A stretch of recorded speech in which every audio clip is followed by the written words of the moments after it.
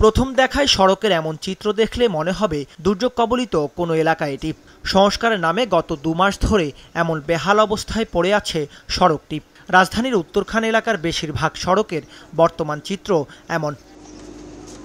2017 সালের 30শে জুলাই ঢাকার উত্তর সিটি কর্পোরেশনে যুক্ত হয় উত্তরখান ও দক্ষিণখান এলাকা। কথা ছিল সিটি কর্পোরেশনে যুক্ত হলে মিলবে উন্নত যোগাযোগ ব্যবস্থা, কিন্তু 6 বছর পেরিয়ে গেলেও এখনো সেই স্বপ্ন অধরা।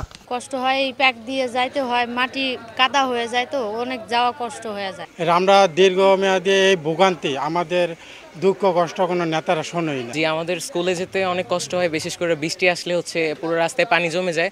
মেন রাস্তা যেহেতু এটা, ভিতর থেকে যাওয়ার মতন কোনো রাস্তা নেই, আর যেগুলো ছিল ওইগুলো বন্ধ হয়ে গেছে। দীর্ঘদিন ধরে এলাকা দুটির বেশিরভাগ সড়কে চলছে খোঁড়াখুঁড়ি। এতে চলাচলে চরম বিপাকে পড়েছেন এলাকাবাসী। আসছে বর্ষায় দুর্ভোগ পরিস্থিতি আরও ভয়াবহ হবার শঙ্কায় দিন পার করছেন তারা। হার্টের রোগী বাসা থেকে বের করে যে কোনো নিবে এমন কোনো এখানে আজ পর্যন্ত হচ্ছে না। মানুষ না আসতে পারে, না যাইতে পারে। একটা মানুষ যে অসুস্থ হইলে যে হসপিটাল যাবে এই অবস্থাটাও নাই। রাস্তা কাটার কারণে ভাই সব মানুষের এই চলাফেরার অসুবিধা, যারা ব্যবসা বাণিজ্য করে ব্যবসা বাণিজ্যের অনেক সমস্যা। পরে যে এসে একটা লোক এখানে আহত হয়েছে, ঠিক আছে, এভাবে কেন এইভাবে মানে ফেলাই রাখছে জানি না। ওয়ালটন ফ্রিজ কিনে অনেকের মতো আপনিও হয়ে যেতে পারেন মিলেনিয়াল সেরা পণ্যের সেরা অফার।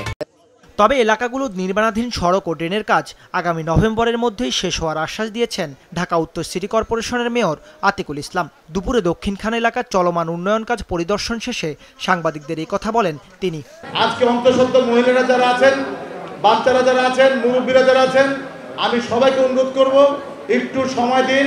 ইনশাল্লাহ যে কাজগুলো ধরেছি প্রায় 81 কিলোমিটার ড্রেন সহ ইনশাল্লাহ শীতকাল নভেম্বর আসার সাথে সাথে আমরা আমাদের কাজটা শেষ করে দিব। ঢাকা উত্তর সিটি প্রকৌশলীর বিভাগের তথ্য অনুযায়ী আজমপুর থেকে উত্তরখানের প্রধান সড়কের নালার কাজ 75% শেষ, আর রাস্তার কাজ শেষ হয়েছে 48%। দাউদ হাসান, মাছরাঙ্গা সংবাদ, ঢাকা।